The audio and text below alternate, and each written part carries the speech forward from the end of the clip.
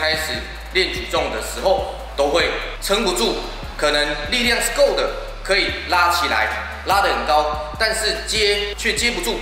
举重会有3大力：腿力、拉力、支撑力。那通常初学者的力量可能40、50公斤，重一点60公斤，应该都举得上去，但是都撑不住。就会看到小剧场这样子，撑到前面去，或者是撑到后面去的时候，撑不住掉了。举重很重要的就是支撑力这一块，所以我们就要特别来练支撑力。好，那我们就给它看下去 ，Go。那支撑力一开始要注意什么呢？注意你的握距，因为你如果要练抓举，你就要握到你抓举的握距。那挺举的话，就有挺举的握距，所以握距是不同的哦。那一开始可以先准备像那种木棍也好，铁棍也好，或者是比较轻的棍子都可以就是你方便可以举上去。比动作的抓举的握距怎么找？可以去看我的抓举的影片就有抓举的教学，抓举的基本动作。找到你抓举的握距的时候，也是要比到你的抓举的握距。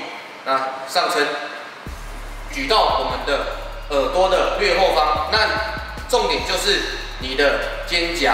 你的背要夹紧，往后夹紧，你的背会整个是收紧的。然后再来找到了之后，慢慢的蹲下去，蹲下去。那如果你没有往后拉，或者是夹的不够的话，本来这个是最好的位置是 A 位置 A 点，那可能你有点偏前一点点。或者是在偏前，你可能只有在耳朵的旁边，你不够后面，那你一蹲下去，就会跑到前面去。那这时候你下蹲跑到前面去的时候怎么办呢？你要去找平衡，去找你的中立平衡的位置，找到平衡的位置了，这样子这是一个找的方式。那再来就是你可以做后面的肩推、髋肩推，前面站姿肩推是前面的，这是站姿肩推。那后面的也有肩推，后面的就是也是握到你的抓举的握距，做髋肩推。所以你在做髋肩推的时候，一开始也不一定要做到很重，空杠或者是轻的木棍、铁棍都可以。这样子上推，那这样子，因为你推上去必须要去最有力、最好出力位置，你才推得上去，所以你不可能往前推回来，往前推回来，不可能这样子。所以呢，你也一定会是只有向上推，去找到平衡的位置。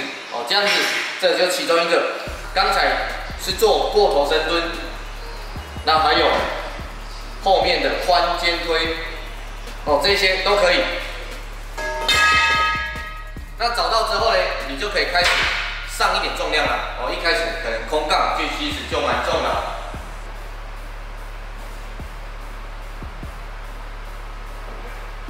这样子推完的时候，你就会找到你的最好平衡的位置。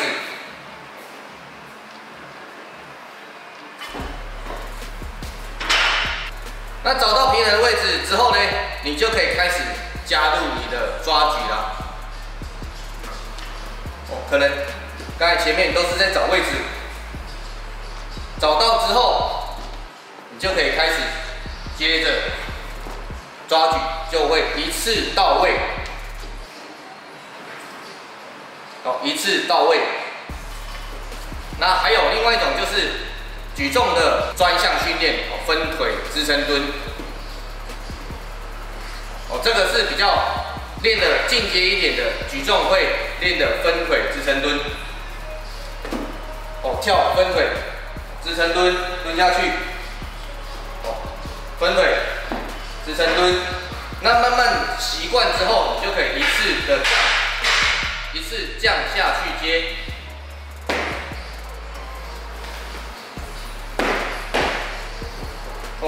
那也找到这个位置，习惯这个接点的时候，就可以回来抓举。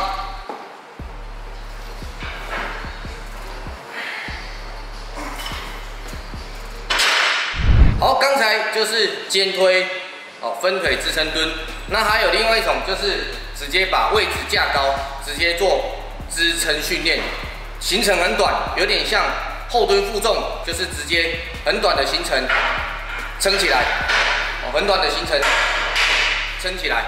这个也是直接去找支撑的位置。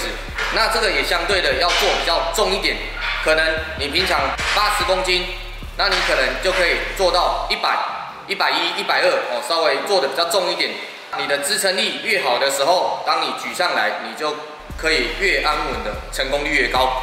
找一个几乎你已经快要站直的高度，回来一点点，那所以你只会站起来一些些。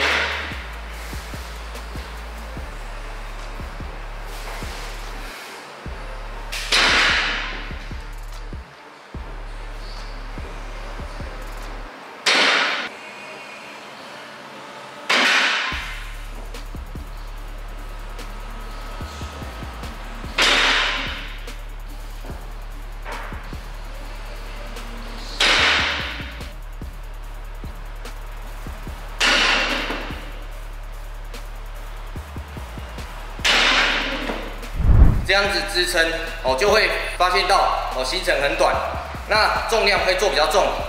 那这样子做有一个好处，就是要找到最好的位置，你才可以撑得起来。如果你没有到最好的位置，你可能就会有一点偏前，会使不上力出不了力就会像这样子。如果你撑的位置没有到位的话，你可能习惯撑在偏前面一点点，或者是耳朵的旁边而已，左右你不够后面，那你可能一撑起来，你就会撑不住或者是一出力就跑前面，一出力就跑前面，会让你支撑不了这个重量，那就代表你没有去找到最佳的支撑位置，你没有说特别要举得很重，或者说我没有要特别练举重啊，我只是要稍微练这个过头深蹲来当做辅助训练也可以。也越来越多人会把过头深蹲加入在辅助训练，来去强化我们的核心，或者是增加上半身肩关节的柔软度这些都很好，都可以的。那过头深蹲你可以握宽一点让支撑位置先找到或者是先找一个平衡点找到的时候再来练过头深蹲。过头深蹲怎么做呢？那我们就来做下去。好，一开始你可以先握的比较宽一点的位置，